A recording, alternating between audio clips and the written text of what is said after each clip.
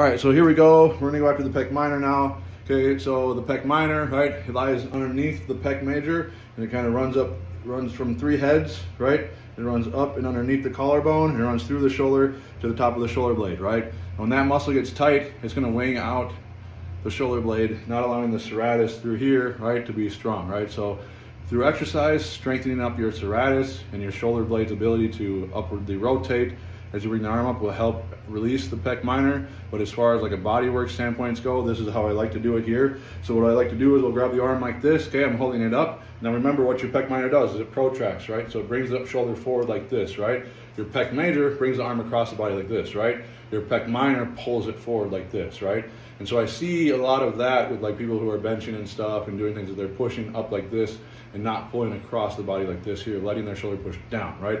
So you want to, when you're doing something, you want to push down into whatever it is that you're using and use that stable environment, right? Not push up like this, right? So to get the pec minor, what we're gonna do is we're gonna grab the pec major like this, okay? So I want to know where the pec major is at, right? It's all about knowing where the muscle is at on the client, right? Just not just going through the motions, but just knowing where the muscle is at, right?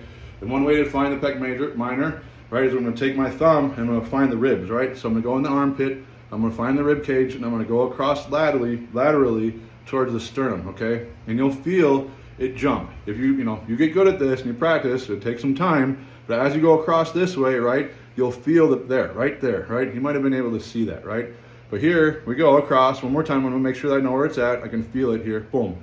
I can do this with my eyes closed, okay? So what I'm gonna do now is I'm gonna protract the arm a little bit, okay? So now the pec minor, as I did that, I felt the pec minor tighten up a little bit, okay? So I shortened the pec minor, but now what I'm gonna have him do is I'm gonna have him take a big deep breath in, okay? So breathe in, all the while he's breathing in, I'm having him so breathe in with your costal muscles, right? The costal muscles lie in between each rib, okay? So one thing that I found with people is as I'm working on the pec minor and I have them take a big deep breath in, is their pec minors will get really tight and their ribs won't even move, right?